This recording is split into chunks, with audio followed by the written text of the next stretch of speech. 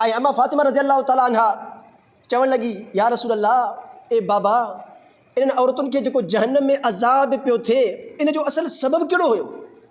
छाजे वजह जे करे इहे औरतूं जहन्नम जे इन सख़्त खां सख़्त शक्ल में अज़ाब में मुब्तला हुयूं, तकलीफ़ में मुब्तला हुयूं? इन जो असुलु सबबु छा हुयो?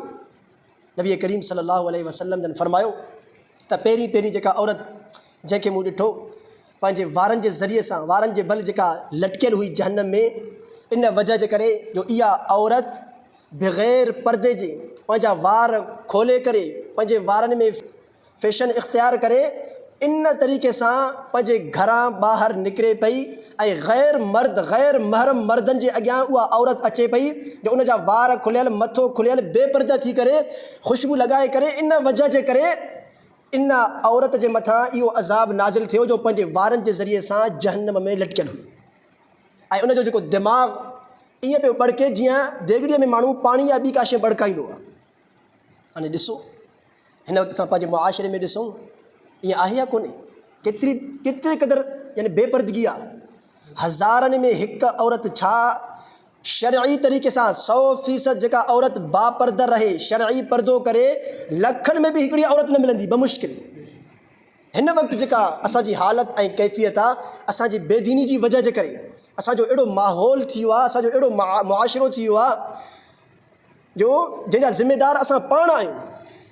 ऐं असां पाण पंहिंजे लाइ अहिड़ो माहौल पैदा कयो आहे, दीन खां परे आहियूं, मस्जिद खां परे आहियूं, दीनदार माण्हुनि खां परे आहियूं, अल्लाह जे नेक ॿारनि खां परे आहियूं, जंहिंजे वजह जे करे असांजी अहिड़ी हालत थी आहे, असांजो घर जो माहौल अहिड़ो थी वियो आहे।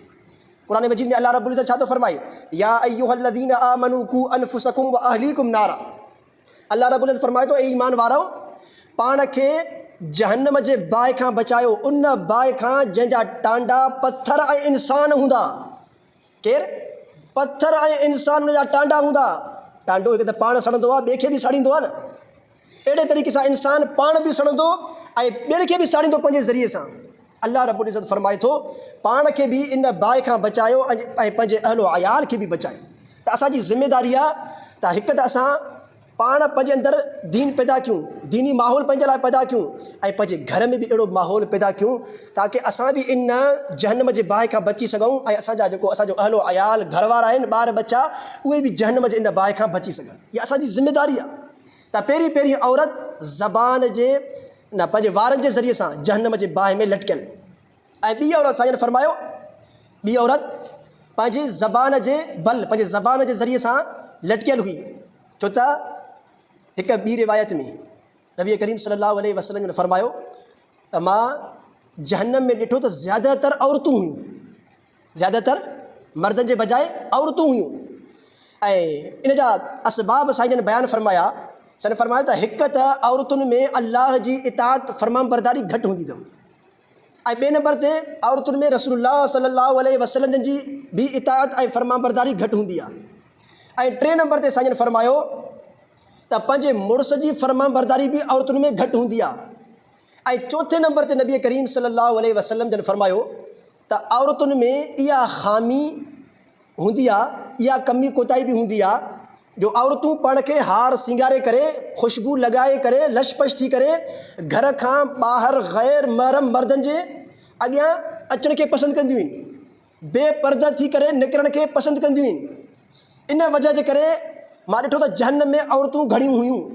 गिलगित में अदबुल्ला मुफ्ती अब्दुल रऊफ़ सखरी साहब रहमतुल्लाह अलैह जन हिकिड़ो वाक़ियो बयानु फरमायो आहे त गिलगित में इहो वाक़ियो पेश आयो त हिकिड़ो शख़्स क़ब्रिस्तान जे ॿाहिरियां वञे पियो, उनजो गुज़र थियो, उन क़ब्र में जां आवाज़ु ॿुधो, मूंखे कढो मां ज़िंदा आहियां, मूंखे कढो मां ज़िंदा आहियां।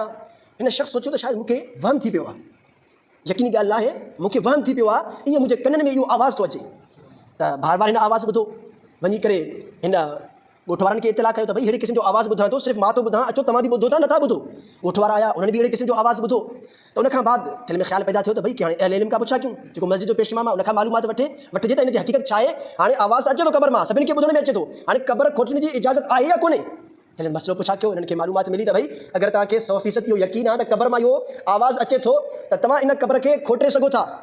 त हज़रत लिखियो आहे जॾहिं क़ब्र खे खोटियो वियो, खोटण खां बाद तख़्तो जो हिननि हटायो त हिकिड़ी औरत जेका नंगे बदन उघाड़ी वेठी आहे ऐं दाऊं थी करे त मुंहिंजे घरां मुंहिंजा कपिड़ा खणी अचो। घर वारा ॻोठ वारा जल्दी भॻा, हिन जे घरां हुनजा कपिड़ा खणी करे जो आया, क़ब्र जे अंदरि उछलायूं ऐं कपिड़ा पाए करे बिजलीअ जे चमक वांगुरु ॿाहिरि निकिती औरत ऐं पंहिंजे घर जे तरफ़ भॻी ऐं उते वञी करे हिकिड़े कमरे में दाख़िल थी ऐं कमरे खे अंदरियां उन कुंडी ॾिनी, कमरे खे अंदरियां उन कुंडी ॾिनी। ऐं सभु जेके क़ब्रिस्तान में माण्हू हुआ सभु पहुता त ॾिसूं असल मामिलो छा आहे, छा मुआजरो आहे, हक़ीक़त छा आहे। इन हक़ीक़त खां वाक़िफ़ थियण जे लाइ जॾहिं घर पहुता त उन्हनि ॾिठो इहो मंज़र हुयो, इहा औरत कमरे में दाख़िल थी वई आहे, अंदरियां कुंडी ॾिनल आहे। हाणे औरत चवे थी त मां कमरो त खोलियां, दरवाज़ो खोलियां, लेकिन तव्हां में कुझु माण्हू अहिड़ा हुजनि जंहिंमें इहा सकत हुजे, ताक़त हिम्मत हौसलो हुजे जो मूंखे ॾिसी सघनि। मुंहिंजी हिन वक़्तु कंडीशन अहिड़ी आहे जो तव्हां बर्दाश्त बि न करे सघंदव। उन्हनि 2-3 माण्हू मुंतख़ब कया जेके हिम्मत वारा हुआ, हौसले वारा, उन्हनि खे दाख़िल कयो।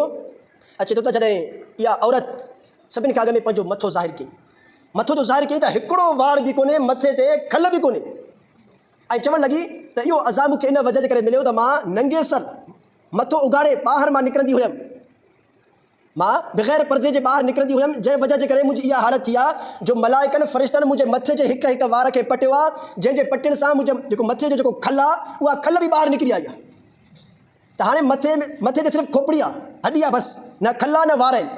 ऐं उनखां बाद पंहिंजो वात ॾेखारी, ॾिसण वारनि ॾिठो त हिन जा चप ई कोन्हनि, सवाइ ॾंदनि जे कुझु बि कोन्हे। ऐं चवणु लॻी त जॾहिं मां लिपस्टिक लॻाए करे ॿाहिरि वेंदी हुयमि, ग़ैर मर्दनि जी नज़र पवंदी मुंहिंजे मथां। उनखां बाद पंहिंजा नह ॾेखारियईं त हिकिड़ो बि नह उनजे न हथनि में न पेरनि में, नाख़ून पॉलिश लॻाइण जे वजह जे करे ॿुधाइण लॻी, चवणु लॻी त मुंहिंजो इहो हाल थियो आहे जो मुंहिंजो हिकु बि नह कोन्हे, न हथनि जो न पेरनि में न। ऐं अहिड़ा वाक़िया अल्लाह तबारक व तआला वक़्तन फ़वक़्तन पंहिंजी उम्मत खे बाख़बर रखण जे लाइ, बेदार करण जे लाइ ॾेखारींदो आहे। इहा जॾहिं खां इहा इंसान जी पैदाइश थी आहे, दुनिया ठही आहे, उन वक़्त खां वठी करे अल्लाह तबारक व तआला वक़्तन फ़वक़्तन अहिड़ा वाक़िया ॾेखारिया आहिनि। अल्लाह जी कुदरत खां इहा शइ ॿाहिरि कोन्हे जो मुर्द खे ज़िंदा करे। खोड़ सारा अहिड़ा वाक़िया जेके बाक़ाइदा सनद सां मनक़ूल आहिनि ऐं मोतबर जेके मुस्तनद जेके सनद रखंदड़ उलमाए किराम आहिनि, उन्हनि जी किताबनि में, आम किताबनि में न, उन्हनि जी किताबनि में अहिड़े क़िस्म जा वाक़ियात मौजूदु आहिनि। त उनखां बाद इहा औरत फ़ौरन उते ई बेहोश थी वई, इन औरत खे वञी करे साॻी क़ब्र में दफ़नायो।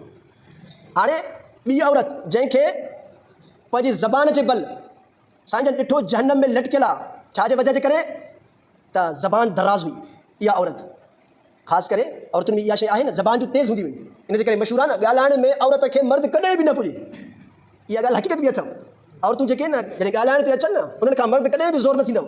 हाँ, ख़ामोश थी करे सब्र करे ॿियो को रस्तो वठी करे माण्हू पंहिंजी जान छॾाए, इहो कॾहिं बि न सोचे त मां ॻाल्हाइण में न का ज़ोर थी वेंदुमि, वकील छो न हुजे। मता करे वकीलनि खे भुल थिए, इहा भुलिजी करे कंहिं औरत सां टकर न खाइनि।